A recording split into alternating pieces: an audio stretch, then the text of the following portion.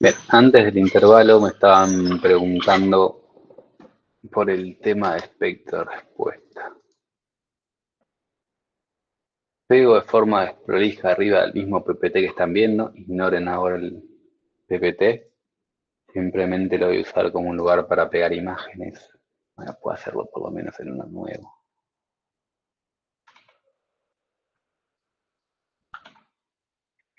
Entonces, la idea de lo que hacemos nosotros es, tenemos una cierta cantidad de sismos, acá no sé cuánto estamos viendo, pero más, 3 por 4, 12. Tenemos una cierta cantidad de sismos. La idea es correr los 12 o más. Se ponen todos en la base del modelo y se mandan a correr. Lo que hacemos es asegurar que no todos tengan el mismo PGA. Claramente, este PGA y este PGA es distinto. Y a mi juicio, tal vez no es el mejor caso que es el que le estoy mostrando, pero bueno, distinto PGA, pero dentro de un rango. El promedio de PGA debería ser razonable, así como el promedio y el rango de áreas intensities, CAP5, unidad de intensidad que quieran, media de intensidad que quieran utilizar. Cada uno de esos registros tiene un espectro de respuesta. Así que, new slide, y eso es el espectro de respuesta de los sismos. Claramente espectros muy variables, nuevamente no el mejor caso, no voy a ser tan pero tan variables, pero un espectro de respuesta y cada registro tiene un valor distinto. Siempre este es el PGA, sube y baja.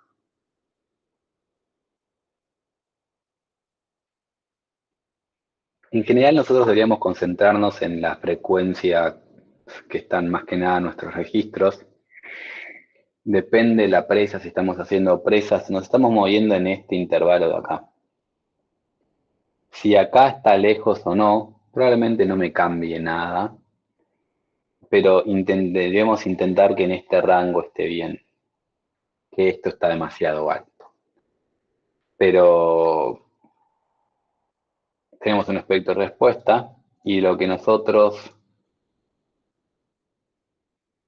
chequeamos es que así como el PGA sea razonable, si nosotros le calculamos la media a los espectros que tenemos nosotros, que es la curva roja, sea parecido al espectro de respuesta objetivo, que es la curva azul. Nuevamente, justo con los que están hablando, Ariel, Nicolás, yo no nos dedicamos a esto en particular, pero sí nos fijamos si esto es parecido o no. Entonces, idealmente, el objetivo es la azul, el promedio es la roja, o al revés, creo que al revés. Pero bueno, alguno de esos dos es el objetivo y queremos que ambas cosas se parezcan. Si se parecen, buenísimo. Si no se parecen, ahí es cuando empezamos a ver que también está hecho este análisis. Pero lo que no estamos intentando hacer es que todos estos se parezcan al objetivo, sino que el promedio de estos sean igual al objetivo. Y cuando tenemos suerte, no solo tenemos el objetivo, sino que tenemos el más menos de bioestándar. Y entonces podemos pegarle a más menos el desvío estándar, en el mejor de los casos. Esa es la idea de lo que quería decir con espectros de respuesta. No, hacer spectral matching es que todos estos registros, todos los registros van a terminar siendo modificados para tener exactamente el valor objetivo. Eso es spectral matching. Nosotros vamos más por, tenemos 5000, los que no se parecen empezamos a eliminarlos hasta tener un conjunto de registros que se parezcan. Si no podemos, los cambias. Hacer spectral matching lo que termina haciendo es que todos los registros son muy parecidos, entonces terminas haciendo artificiales y ahí es cuando no tiene sentido hacer 40 registros, porque si estás haciendo cosas artificiales siempre tienen la misma base. Entonces, si todos tienen exactamente el mismo espectro de respuesta, no podés hacer realísticamente 40 sismos distintos. Con 7 ya cubriste todo el universo. Creo que era Ramón que preguntaba esto. Ramón, ¿sirvió la aclaración adicional? Sí, Felipe. Solamente para complementar ahí, el espectro objetivo, comentabas que salen de estas leyes de atenuación, ¿correcto? Sí. Ok, O sea, vos tenés que saber dónde está tu sitio exactamente y cuál es el conjunto de fallas cercanas, y en función de eso y los ground models, estimás cuál es lo que tendrías en tu sitio. O sea, no solo o sea, distancias y los suelos que tenés justamente en tu lugar, desde la falla hasta tu sitio. ok. Claro, gracias, Felipe.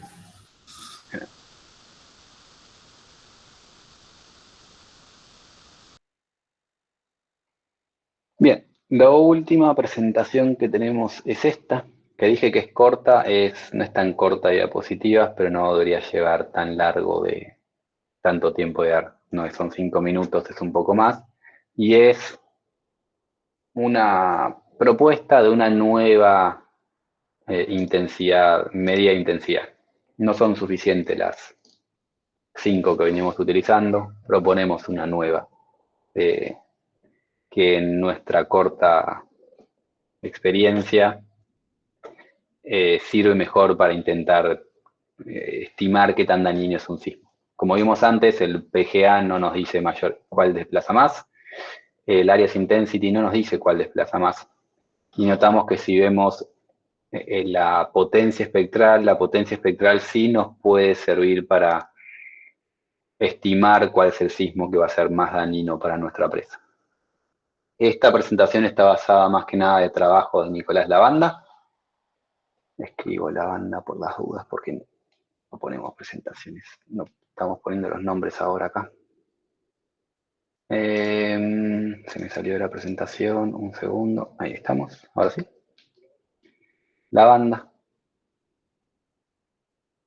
Nicolás solía trabajar con nosotros en SRK Argentina, después hizo un postdoc en Australia, después estuvo en SRK Australia y ahora está en WSP.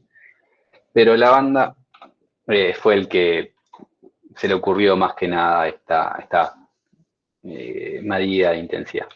Y lo que están viendo ahí, que no lo pude poner a correr exactamente, pero creo que puedo ir para adelante y para atrás. Vamos de vuelta. Están viendo una presa, en este caso con licuación, sometida a un sismo, y lo que están viendo abajo es presión de poro, digamos. En realidad es el RU. Pero bueno, presión de poro, el rojo indica que está empezando a licuar. El rojo se propaga. Cuando suficientes puntos licúan, eventualmente la presa colapsa. O sea, no es suficiente que una parte licúa, sino que tiene que... No me está prendiendo bien el video. Me traicionó. Voy a culpar el hecho que esté corriendo Plaxis, como siempre. El Plaxis es el culpable de todos los males. Deberían ver... Ah, voy a hacer clic manual.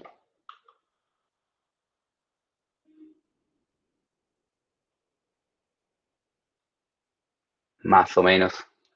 Deberían ver que empieza a licuar ahí y se está moviendo, pero todavía no tanto, hasta que no propaga esa licuación ahí, y ahí es cuando la presa colapsa. Cuando tenemos este tipo de eventos que falla por licuación, la licuación está generada por una gran cantidad de ciclos de baja magnitud que van de a poco levantando presión de poro hasta que licúa los relaves. Estos eventos, entonces, es difícil poder determinar cuál es el evento que genera esto, por lo que vimos anteriormente. Tenemos un sismo que tiene una cierta intensidad de áreas y un cierto CAP5, otro sismo que tiene otra intensidad de área y otro CAP5, ambos tienen en principio el mismo PGA, creo que era exactamente el mismo PGA porque estaba hecho eso en este caso. Este tiene menos Areas Intensity, menos CAP5 y desplaza 8 metros. Este tiene más Alias Intensity, más CAP5 y desplaza 1,3. Estimar cuál es el sismo que genera más daño en estos casos es muy difícil. Justamente tiene el mismo Alias, tiene el mismo PGA, parece peor el de abajo, pero el de abajo tiene mucha magnitud. Esta es la magnitud total, la potencia es equivalente a la potencia total que tendría mi sismo, pero tienen las frecuencias incorrectas. Mientras que el primero tiene menos potencia, activa justamente la parte que hace licuar el suelo y tiene este contorno en mapa de desplazamientos. Este punto se está desplazando 8 metros y no solo miramos el valor, sino el mapa de colores y vemos que esto está fallando claramente. No es solo que se desplazó 3 metros o 10, sino que claramente se formó una superficie de falla. Mientras que esto está haciendo licuar solo ni siquiera licuar, probablemente esto no esté licuando. Este sismo lo que hizo fue simplemente generar asentamientos tipo Newmark en el talud y probablemente no haya hecho licuar la presa. Y por eso este desplazó 1,3 y este 8. Para saber si licuó o no, deberíamos ver presión de poro, pero viendo el mapa de colores, probablemente esto seguro tuvo presión de poro, pero los desplazamientos mayores se deben a movimientos tipo Newmark, mientras que esto es licuación, que son fenómenos distintos. Las medidas comunes de intensidad son las que vimos antes: PGA, o el equivalente en velocidades, intensidad de áreas, o CAP5, que es integrales de velocidades o integrales de velocidad que superen el 5. Estas son las más comunes. Lo que nosotros proponemos como medida es potencias en ciertas frecuencias particulares. Entonces, el procedimiento que deberíamos hacer para calcular esta nueva medida de intensidad es primero calcular la frecuencia natural más baja que tendría nuestro problema y calcular la potencia que tienen nuestros registros entre 0 y 2 veces esa frecuencia. Este valor parece medio arbitrario porque lo es. Decimos entre 0 y 2 veces la frecuencia porque es lo que la experiencia nos está mostrando, pero perfectamente debatible decir por qué entre 0 y 2 veces la frecuencia y no 3, puede ser. ¿Y por qué arrancamos en 0 y no arrancamos en otro valor? Puede ser. Lo importante, lo que me querría concentrar en este momento, es que el Alias Intensity integra todas las aceleraciones. Integrar el área y calcular el Alias Intensity es equivalente, no en magnitud, sino en relaciones, es equivalente a calcular la potencia entre 0 y infinitos hertz. Si yo calculo esta misma potencia entre 0 e infinito, es equivalente al Alias Intensity. Lo que estamos diciendo es que la parte que daña a mi sismo es estas frecuencias bajas de acá. Las frecuencias altas no hacen licuar. Entonces, si yo calculo esta frecuencia, esta potencia en una versión acotada, ahí voy a poder ver qué tan dañino es mi sismo. Y este mapa de colores justamente muestra en qué frecuencias tiene esa potencia y en qué instancia del tiempo. Es decir, este sismo arranca los primeros 6 segundos con mucha potencia en las frecuencias bajas, que va a ser muy dañino para mi presa, y después, a partir de los 6 segundos, probablemente no siga levantando presión de poro.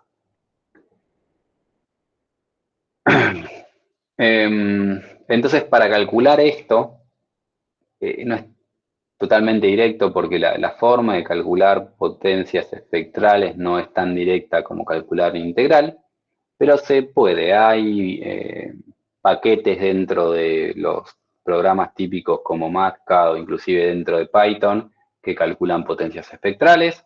Entonces se calcula la densidad de potencia espectral de la señal discreta. Después se calcula la potencia espectral en todo su dominio, para después calcular la potencia espectral en el en el dominio que estamos interesados nosotros. Que estamos diciendo entre 0 y 2 frecuencias para dar una idea de más o menos en dónde va a ser la zona de interés de nuestro modelo. Esto, entonces, lo que nos permite es analizar el registro de una forma distinta e intentar ver solo el daño de bajas frecuencias, que es el que activa nuestro modelo. Y si lo vinculamos justamente a lo que es la forma usual de calcular áreas intensities, es lo que estamos viendo en la figura de la izquierda. En la figura de la izquierda lo que vemos es la intensidad de áreas acumulado. Entonces, por ejemplo, este valor, ese registro, tiene una intensidad de áreas del doble del rojo. Si analizamos todas las frecuencias hasta 10, en realidad el áreas intensities es hasta infinito, pero si llegamos hasta 10, generalmente agarramos la mayoría. Si llegamos a 10, lo que notamos es que ese cian verde tiene más intensidad de áreas que el rojo.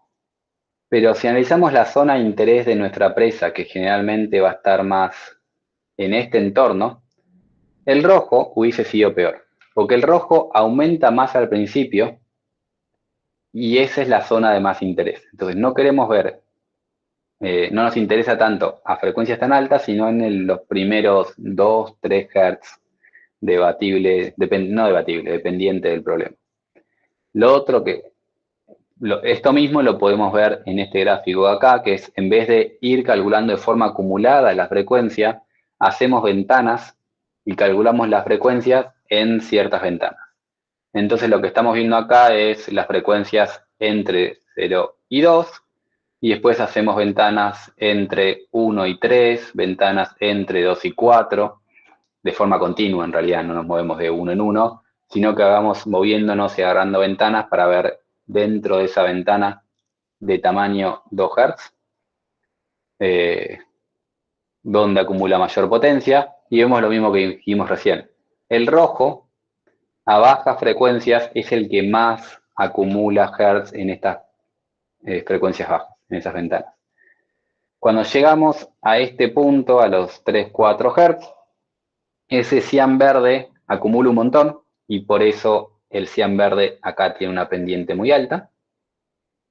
Y eventualmente el cian verde vuelve a caer porque vuelve a achetarse. Lo que nos está mostrando de cierta forma es esa pendiente, y lo que queremos buscar son los registros que levantan potencia en bajas frecuencias, porque esos son los que van a generar la ecuación y van a generar grandes desplazamientos. Como dije recién, esta potencia, si lo hacemos con una ventana lo suficientemente amplia o si vamos a frecuencias muy grandes, la potencia termina siendo equivalente a la intensidad de área. Y empezamos mirando el gráfico de la derecha y mostramos que si yo calculo la potencia, en vez de 0 a 2 Hz, calculo esa potencia entre 0 y 15, la potencia entre 0 y 15 correlacionada con el areas intensity, con intensidad de área, es prácticamente una recta. Porque si yo calculo la potencia en una ventana muy grande, nos da la misma información que la intensidad de área. Pero si calculo esa potencia ahora en la franja inicial de 0 a 1 Hz, vemos que el sismo, esto no importa la magnitud en este momento, lo que importa ahora es que respecto a una recta tenemos grandes variaciones, es decir, si calculamos esa potencia en el rango acotado de 0 a 1 Hz, la correlación con el área intensity es muy mala, y es decir, una gran intensidad de área no implica una gran potencia en frecuencias bajas. Una gran intensidad de área implica una gran potencia en todas las frecuencias. Pero cuando vemos solo frecuencias bajas, no nos da esa información. Entonces, esto que están viendo acá es simplemente el registro. El registro tiene una intensidad de área y el registro tiene una potencia entre 0 y 1, y esta es la correlación entre esas dos cosas. Ahora, lo que nos interesa en realidad es correlacionarla con desplazamientos. Y cómo se correlaciona con desplazamientos va a depender de la presa. Cada presa va a tener una frecuencia fundamental distinta y entonces cada presa va a reaccionar distinto a distintas frecuencias, pero cuando nosotros corremos nuestros 25 sismos, en este caso fueron 25, cada sismo se desplaza más o menos y notó Nicolás, la banda, notó que cuánto se desplaza estaba muy correlacionado a esa potencia en baja frecuencia. Es decir, lo que antes parecía confuso de que el que más se desplaza tiene menos áreas intensities, lo que notó Nicolás es que el que más se desplaza tiene más potencia entre 0 y 2 Hz. Y ahora sí empieza a tener sentido. Este tiene 51, desplaza 8, este tiene 44, desplaza 1,3. Entonces, cuando empezó a hacer estas correlaciones entre desplazamientos y distintas medidas de intensidad, notó justamente lo que estamos viendo acá, que son las correlaciones. El valor R me dice qué tan correlacionado está uno con el otro, y para poder decir que tenemos una correlación real, tiene que ser un valor arriba de 0,8.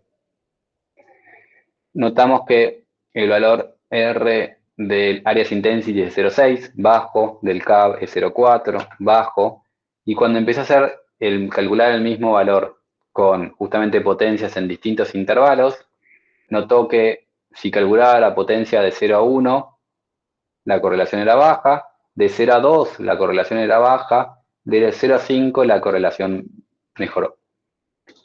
Entonces, notó que esta idea de esta potencia de poder correlacionar desplazamientos con potencias en un intervalo acotado de frecuencias era mucho mejor que las otras unidades de medida.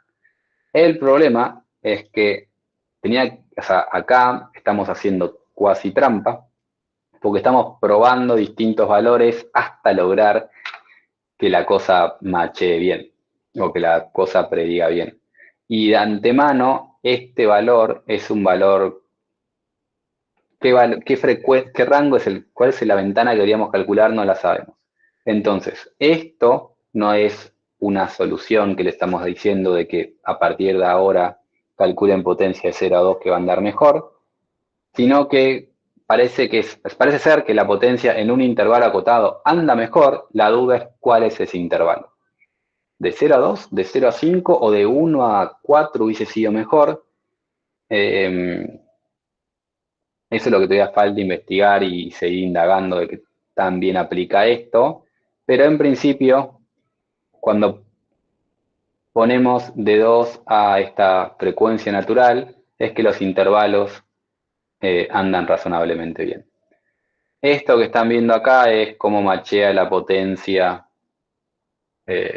para predecir asentamientos. Lo mismo se hizo con un modelo de elementos finitos, sin licuación por ahora. O sea, un modelo de elementos finitos con HSS, y ver cómo las distintas unidades de medida me predicen que también está esa correlación. Intensidad de áreas muy bajo, CAP5 muy bajo, es decir, que esos valores no nos sirven para nada en absoluto para intentar saber si los desplazamientos van a ser grandes o no. Y en cambio, ahora sí, potencia entre 0,1, potencia entre 0 y 2,5, tienen valores más razonables para poder estimar cuál va a ser el sismo que más más desplace a mi presa. Si calculamos 0 a 2,5, el valor es bueno. Si seguimos aumentando eso y calculamos 0 a 15, el valor es malo, pero no solo es malo, sino que noten que potencias de 0 a 15 da un valor muy similar a Areas Intensity, porque la relación entre la potencia de 0 a infinito es la misma que la relación con intensidad de áreas.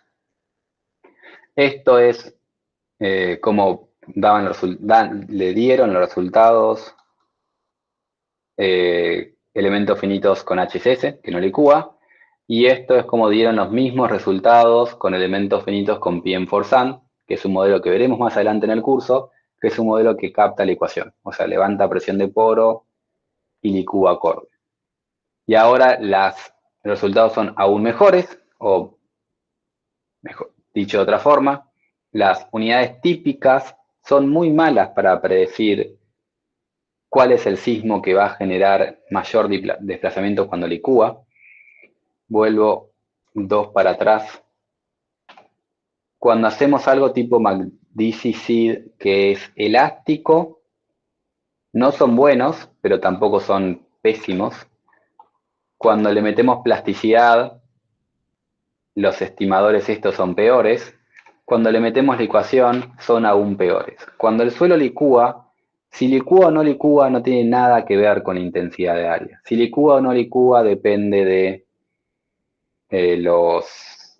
qué tanta vibración de poca amplitud tenemos en nuestro suelo. Entonces, esos parámetros no son buenos, en cambio, esto sí.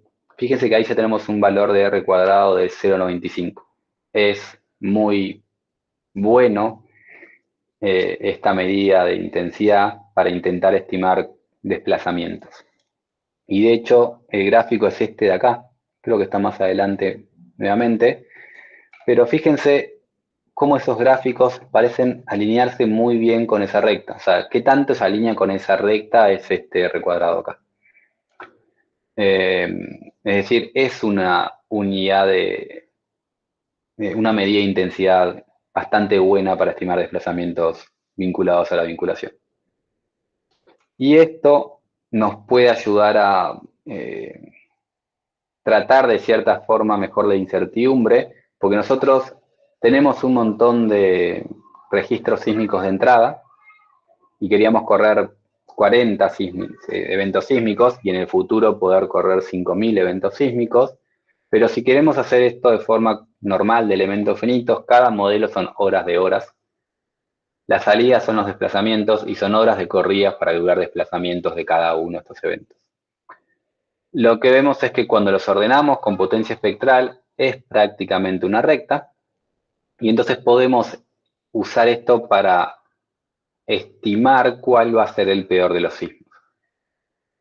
No deberíamos usar esto para elegir los eventos sísmicos, porque si recuerdan el proceso que fuimos haciendo teníamos 40.000 que fuimos acotando para pegarle una media de un desvío, que fuimos acotando para pegarle una media de desvío de desplazamientos con Newmark, por decir algo, para pegarle una media de desvío de algo y tenemos 40 que representan bien medias y desvíos.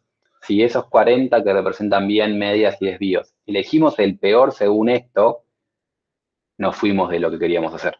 Queríamos representar bien medias y desvíos. Esto no lo hacemos para acotar el universo y correr los peores, porque estamos eligiendo el sismo asesino que no queremos. Lo que nos sirve esto es como un futuro herramienta para poder predecir cuál van a ser los peores e intentar estimar con estos desplazamientos. Ahora, esto que se ve tan pero tan lindo acá que se parece toda una recta, como dije antes, es medio un artificio, porque en realidad no sabemos cuál es esa frecuencia. Si vamos variando cuál es esa frecuencia, son todas esas opciones de acá.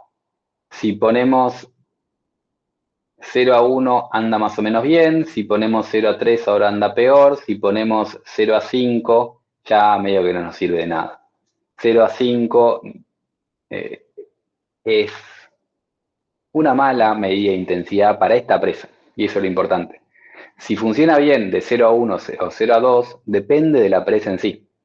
Y vinculado a lo que vieron antes, esto funciona mejor si licúa. Entonces, si tenemos una presa que para nuestros eventos sísmicos va a licuar, esto funciona bastante bien. Si tenemos una presa que no está licuando, va a funcionar peor esta estimación. Es peor en el sentido de que el R cuadrado va a ser más bajo. Y no es fácil de antemano poder predecir esto. Pero nos da de antemano un resultado, viendo solo registros sísmicos y justamente estos gráficos de potencia espectral. Podemos verlo como mapa de colores o como numeritos, podemos calcular power como una cantidad de decibeles. Pero viendo estos numeritos, vemos que, por ejemplo, esto tiene un poco de rojo y arriba, no va a pasar nada. El sismo dañino es el que tiene mucho abajo. Esto tiene un montón de colores, es decir, que va a tener un áreas intensity altas, pero no está tan concentrado en bajas frecuencias. Va a ser moderado. Esto tiene no tantos colores, pero todos los colores están concentrados en las frecuencias bajas. Ese va a ser el peor.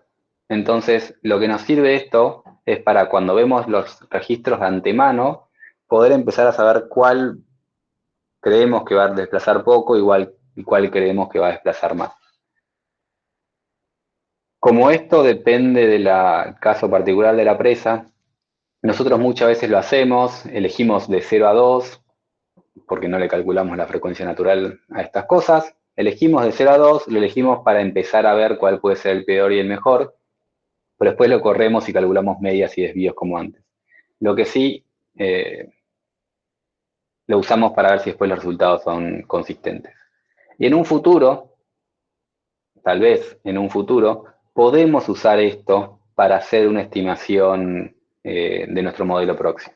Nosotros veníamos estimando desplazamientos, o en la presentación anterior les conté que podíamos estimar desplazamientos con un modelo proxy tipo bloque Newmark o tipo MACDCC. Cuando elegíamos los registros, cuando íbamos acotando, una de las opciones era modelo proxy para calcular medias y desvíos y elegir según eso. Ahora, si tenemos una presa que licúa, calcular desplazamientos con Newmark y MACDCC no nos sirve para nada. En la media y el desvío de eso no te sirve para nada. Entonces, si tenés una presa que puede licuar, no hagas ese modelo proxy y salteate ese paso, elegílo de otra forma. Entonces nosotros, en un futuro, tal vez cuando alguien tenga tiempo, si alguno de ustedes lo tiene y quiere hacer una tesis de algún estilo, podemos ver cómo usar esta base, empezar a armar una base de datos para poder armar un modelo proxy, para poder estimar esos desplazamientos a priori, para poder ayudarnos a la selección de sismos, para elegir un valor de medio desvío. No deberíamos utilizar esto nuevamente, no deberíamos utilizar medidas de intensidad para elegir el peor, sino valores representativos. Es decir, estudiar en algún tipo de modelo simplificado cuáles son las frecuencias que amplifican en cada caso para ver cuáles son estas ventanas que deberíamos tener para cada una de las presas. Porque la razón que esto es puntualmente complicado es que no existe una frecuencia fundamental para mi presa. Yo tengo una presa y este punto tal vez está asociado a un movimiento del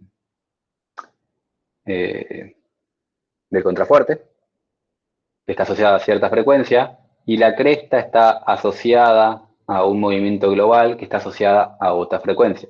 Cada punto en mi presa está asociada a frecuencias distintas, entonces no existe una única frecuencia fundamental que yo diga, bueno, de esa frecuencia fundamental me muevo más o menos una distancia, porque no sé cuál es el punto que debería estar estudiando para poder determinar la frecuencia de ese lugar.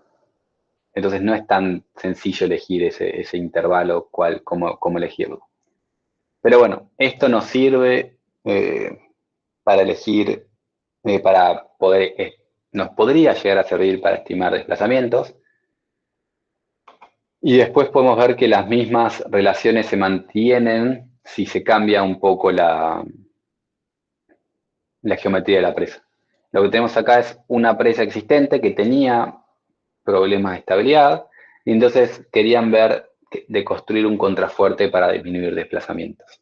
Construir un contrafuerte implica un montón de plata, porque tenemos que traer todos estos materiales. Estos son cosas que miden como poco 40 metros. Entonces, traer el contrafuerte genera, aumenta la seguridad, y generalmente cuando calculan el SCR aumenta la seguridad, pero después tenemos que ver el comportamiento dinámico del conjunto. Y lo que se hizo acá es mostrar que construir el contrafuerte claramente disminuye los desplazamientos, pero no elimina el problema. O sea, si mi problema era que todo esto era inadmisible, Fíjense que construir el contrafuerte no me mueve el resultado. Baja los desplazamientos tal vez 1 metro, 1,5 metros, pero lo que antes era inadmisible puede seguir siendo inadmisible. Lo que era inadmisible sigue siendo inadmisible y lo que era admisible sigue siendo admisible. Entonces, lo que nos puede intentar ayudar esto es para encontrar cuál es el tamaño óptimo entre agregar contrafuerte y disminuir asentamientos para ver si me conviene construir y pasar asentamientos tolerables o cambiar el diseño para si el problema es simplemente bordo libre. O sea, si el problema es colapso, tema aparte, pero si el problema es cuánto se me está asentando, me puede ayudar a ver cada contrafuerte, cuánto disminuye cada pedazo de contrafuerte, cuánto me disminuye ese asentamiento para buscar un equilibrio económico y seguro. Y con esto terminaba esta presentación. ¿Consultas?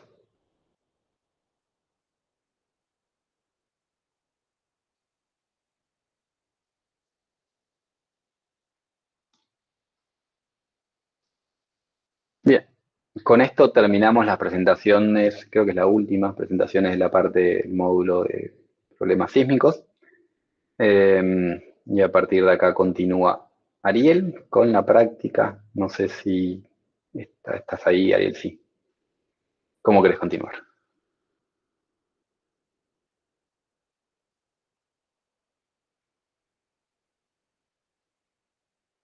No te escucho si estás hablando.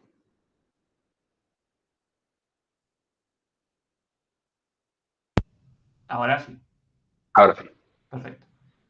Bien. No sé si te parece compartir lo del case history de Ventamina, que son unos minutos, como para cerrar los case history que teníamos. Vale. Y después hablar un poco más de TP y las consultas. Dale. ¿Te parece? Ok. Entonces ahí comparto pantalla.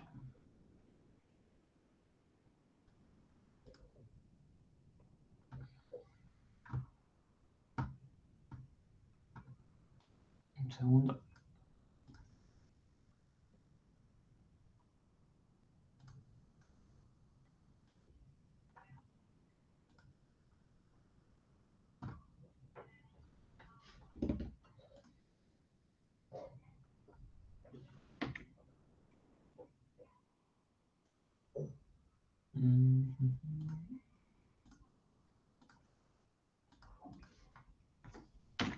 Ahí me confirman que se está viendo.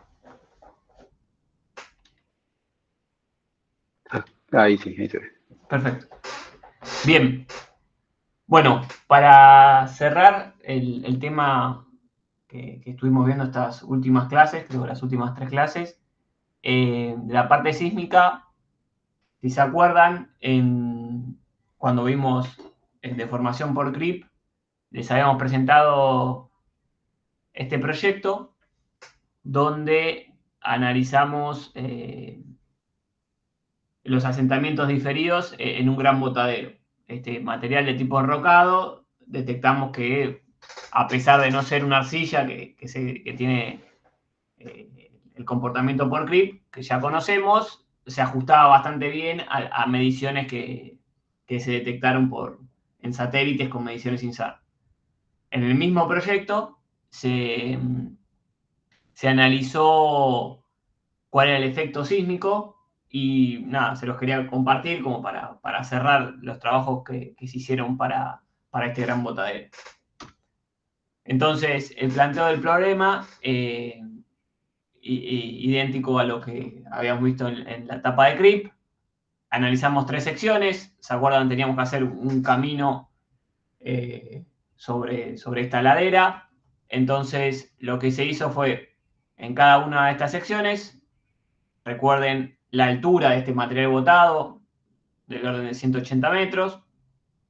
Analizamos cuál era el desplazamiento por la acción sísmica. Entonces, lo que se hizo, en este caso no se contaba con la cantidad de sismos que que proponía Felipe hace un ratito. No siempre se cuenta con esos 30 o 40 sismos. En este caso, el cliente nos pasó 7 registros, de los cuales se tenía una variación de Areas Intensity entre 1.4 y 4 metros por segundo en el rango de esos 7 registros. Adicionalmente, eso creo que ese Areas Intensity me parece que son para los sismos operacionales, los OBE, y para los sismos de cierre, el SSE, teníamos un PGA de 0.48 y para los OBE de 0.29. En este caso, nuevamente, digamos, la información que nos brindaron respecto a los sismos era de alguna forma escasa, y lo que hicimos fue colocar un disclaimer aclarando que no es lo ideal hacer un escalado por PGA, pero debido a que teníamos un registro con un PGA de 0.38 y nuestro sismo objetivo OBE era 0.29 y el de cierre 0.49, lo que se hizo fue directamente un escalado. Hicimos un disclaimer, lo aclaramos, pero era lo mejor que podíamos hacer de manera de poder captar ese pico de aceleración. ¿Está bien? Entonces, se hizo todo el proceso constructivo de cómo se fue botando el material y se corrieron los sismos. Para la sección 1, para los sismos OB, lo que hicimos fue fijar un punto en el cual íbamos a analizar los desplazamientos y... A ver, perdón, me deja ahí. No sé por qué. Hacer control P. Vamos a... No sé por qué no me deja escribir. Qué raro eso. Ah, pues acá. Listo. Bien. En este punto de este camino, agarramos un punto de control, y lo importante de marcar acá es que siempre que veamos un desplazamiento en un sismo, no recomendamos, si hago zoom, primero un puntito, otro puntito, hago zoom, nunca agarrar el punto que está sobre la superficie, porque ese punto prácticamente no tiene rigidez. Si utilizamos un modelo HCS, no tiene nada de capita arriba, tiene muy baja rigidez, por lo que siempre es mejor agarrar por lo menos 1 o 2 nodos por debajo de la superficie, porque van a tener un desplazamiento más acorde a lo que estamos buscando, y quizás hay un punto que se dispara un poquito y nos puede generar algún ruido. Entonces, ese punto que se marca acá en negro no necesariamente es a la superficie, sino que es un poquito más abajo. Entonces, ese detalle se los quería compartir. Entonces, para estos sismos OBE se obtuvieron desplazamientos del orden de, no sé, 60 centímetros en promedio. Ahora vamos a una tabla de resumen. Y hubo un único sismo que generaba desplazamientos bastante más grandes. Esto es desplazamientos horizontales y estos asentamientos. ¿Está bien? Los asentamientos también, quizás el orden más de 50 centímetros, y había un sismo en particular, que era el más largo en cuanto a tiempo, que generó mayores desplazamientos. Después vamos a ver lo mismo, pero con los sismos de cierre, que estos sismos, Safety Shakedown Earthquake, o sea, con este sismo se cierra todo, pero a pesar de que se cierre todo, no queremos que se rompa todo. Y estos sismos ya generaban desplazamientos bastante más grandes, del orden de 2 metros, e incluso 4 metros. ¿Está bien? La misma información para los otros sismos. Sismo B, nos fijamos cuál era el desplazamiento. Acá fíjense que agarramos un punto por debajo, porque ahí había una especie de excavación y digamos, el punto donde necesitamos conocer los desplazamientos estaba un poquito más abajo en nuestra malla.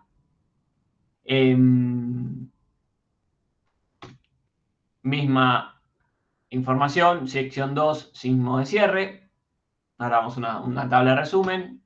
Y por último, la sección 3, para el sismo OBE, generaba desplazamientos más bajos, también asentamientos, y acá en particular se ve que son bastante más bajos, y eso tenemos que mencionar que se debe a que nuestro camino estaba bastante sobre nuestra berma, por lo que no era tan inestable al efecto sísmico. O sea, si este punto lo hubiésemos marcado por acá, nuestro punto de control, porque por acá hubiese pasado el camino, los desplazamientos hubiesen sido más altos. ¿Está bien? Bueno, misma información para el sismo de cierre. Obviamente siempre los desplazamientos van creciendo. Y bueno, la conclusión de este trabajo es que todos los sismos inducen desplazamientos importantes. O sea, según el peligro sísmico y la selección de registros, los resultados no son del todo favorables, se generan desplazamientos importantes. Y lo que se hizo fue hacer una tabla de resumen para cada uno de los registros, el desplazamiento en X, desplazamiento en Y, calcular una media y calcular un coeficiente de variación. Fíjense que acá, respecto de la media que fui marcando en todos los casos, el registro 7 parecía ser tener una diferencia importante. En este momento, cuando se hizo este trabajo, que ya fue en el 2021, creo, no teníamos tan claro algunas de las cosas que presentó Felipe en cuanto a las pseudoaceleraciones, de pegarle al target y cuál es nuestra media. Entonces, nada, se corrió directamente, y aparte que eran registros que nos pasaba el cliente y dijo, corran con estos. No es que fue una selección que se hizo internamente en nuestro grupo, sino que el cliente directamente nos había pasado los registros. ¿Está bien? Entonces, nada, una presentación cortita como para cerrar un poco la experiencia que tenemos en hacer este tipo de análisis sísmico. Y creo que la semana pasada, yo no estuve, Alejo hizo mención a varios casos de análisis de otros proyectos, y con este, digamos, cerraríamos esta idea. ¿Está bien? ¿Alguna duda? Sí, Ramón. ¿Qué tal, Ariel? Buenas tardes. Solamente para aclarar, Albert, entiendo que, como comentaste al inicio, este es el mismo ejemplo de los desplazamientos diferidos, si mal no recuerdo, sí. Y ahora en un análisis dinámico. O sea, entiendo que al hacer el análisis dinámico se utilizó un modelo HSS. Ese cambio para cada buen comentario que no lo hice. Es válido, ¿no? Sí, solamente eso, ¿no? O sea, como decía, el cambio para hacer un análisis estático en las condiciones que ustedes habían analizado en ese botadero, ahora en un análisis dinámico, es válido ese cambio de modelos, ¿correcto?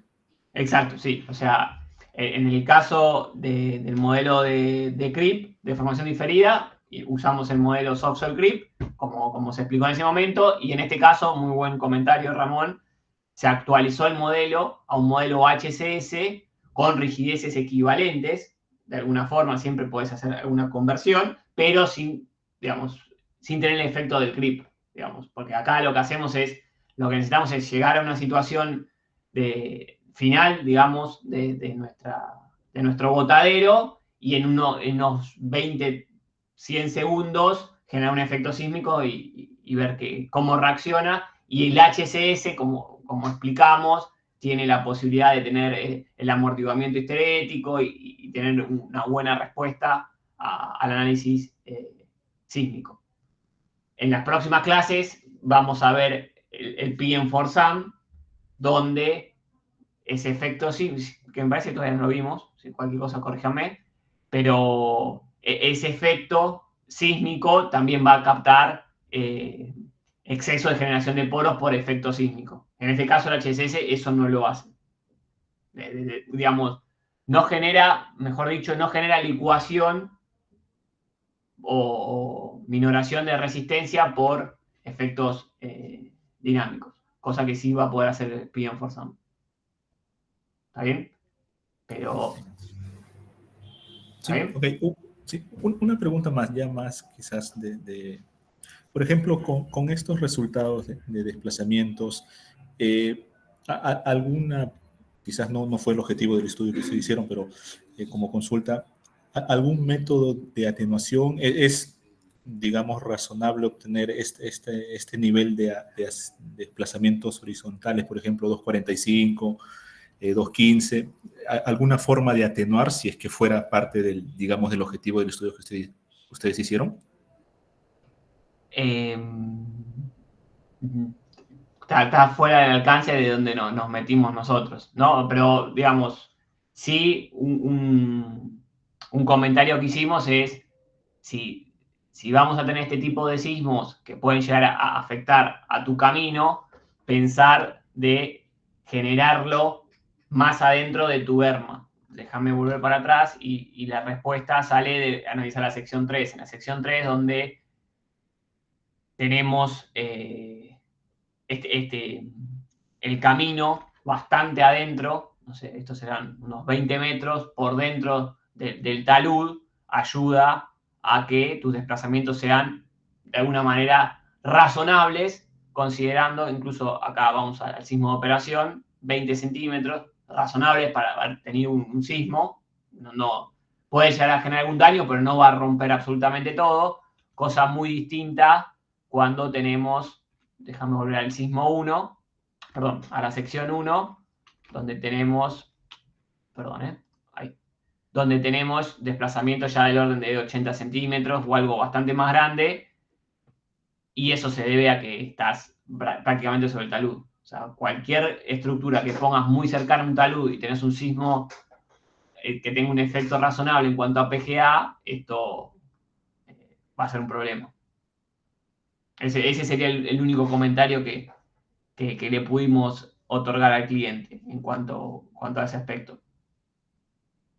Porque, digamos, nosotros no participamos en el diseño de la estructura, el diseño del perfil de madero, simplemente nos dijeron, bueno, hagan una verificación de qué es lo que pasa. Lo mismo con el análisis de CRIP, hagan una verificación de cómo son los asentamientos diferidos, y bueno, dimos la respuesta, que se acuerdan, hicimos el gráfico final, donde les pudimos aportar un esquema en función de las posiciones y las distintas alturas de material botado, cuánto podría llegar a ser el asentamiento diferido y diferenciar entre las patas. Así que bueno, gracias Ramón por el comentario.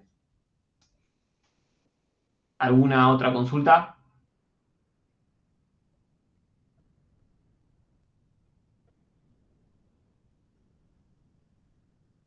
Bien, si no hay más consultas, lo que me había comentado Felipe es que la semana pasada se presentó el DP2.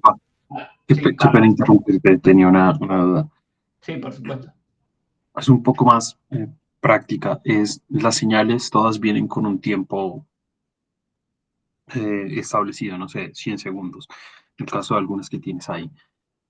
Cuando tú las pones en Plaxis y tú pones el Dynamic Time en la parte de configuración de la tapa y le pones ese mismo tiempo, eso, mi pregunta va, por ejemplo, el sismo puede hacer que por efecto, qué sé yo, de ondas superficiales o lo que sea, la respuesta sea más larga que el sismo de entrada.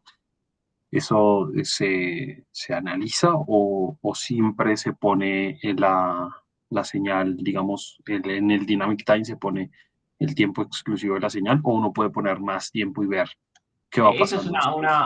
una buena pregunta que a veces, digamos, yo lo que suelo hacer es poner en principio exactamente el tiempo que tiene tu sismo.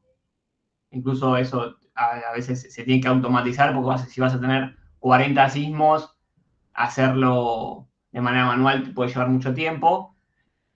Pero igual, el hecho de automatizarlo también sería lo automatizar y sumarle un par de segundos más. Pero a lo que me refiero es que, en principio, es correr el tiempo de tu sismo, tener cuidado, que bueno, ahora también vamos a repasar alguna idea de que cuando cargas el sismo, digamos, poner el tiempo de duración del sismo y trabajar sobre los steps y sub-steps para el delta T.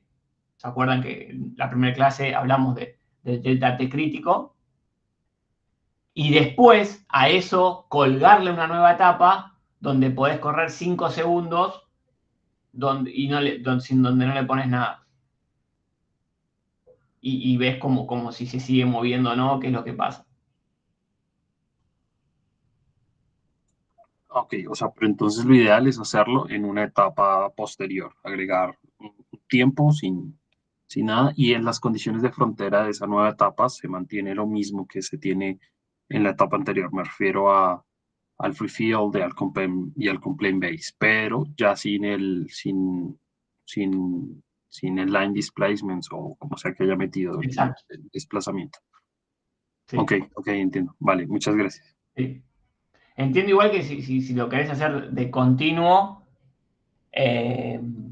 tendrías que tener cuidado porque tendrías que agregar tiempo adicional a tu sismo, ¿no? Con una aceleración cero, tendrías que toquetear el sismo porque si no, vos estás cargando a esa etapa un line displacement que tiene información hasta el segundo, no sé, consideremos hasta el segundo 100, y va a querer seguir corriendo un line displacement con el dynamic multiplier que no existe. Entonces vas a tener un problema ahí. ¿Se entiende? O sea, vos en la etapa del sismo estás cargando un line displacement con una time function o una información hasta el...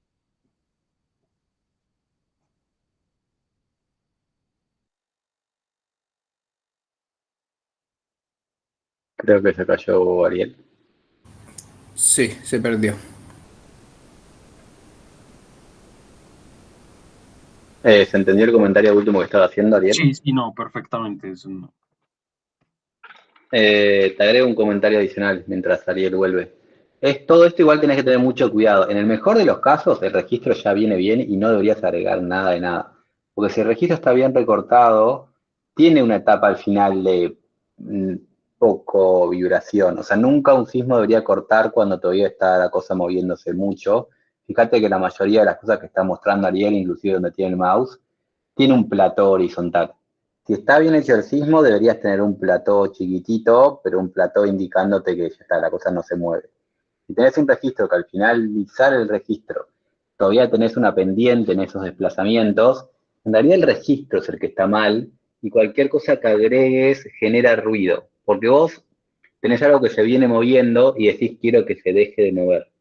Pero, ¿cómo elegís que se deje mover? Porque hay dos opciones. O le pones algo sin aceleración y algo sin aceleración mantiene la velocidad, o elegís algo que le fije la base, y si vos le fijás la base y tu cosa venía con una velocidad, tenés un efecto latigazo. Porque del golpe de fijaste la base y la cosa se sigue moviendo para la izquierda, te latiguea para la derecha. Entonces, siempre esas etapas adicionales de 5 segundos te meten ruido en el problema y es un ruido que no debería estar si el registro estaba bien de entrada. Ok, entiendo.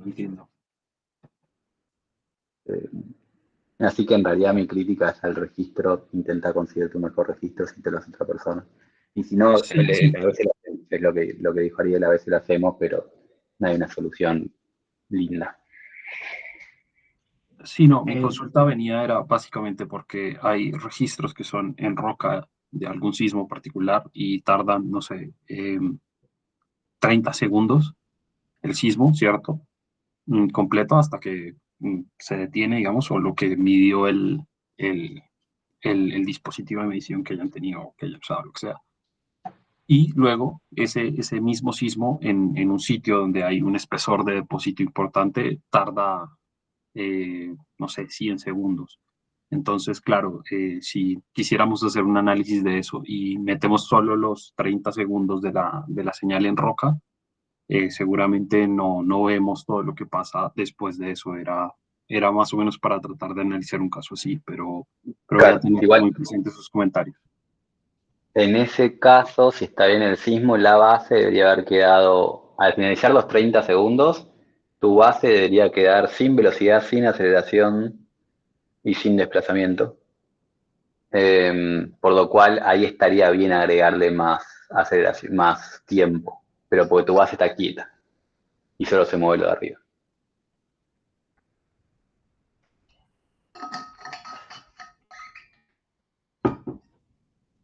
Ahí volví, perdón, me caí un segundo de internet. ¿Me escuchan? Sí, te escuchamos. Perfecto. Bueno, gracias. Bueno, gracias ahí por complementar, Felipe. ¿Alguna otra consulta?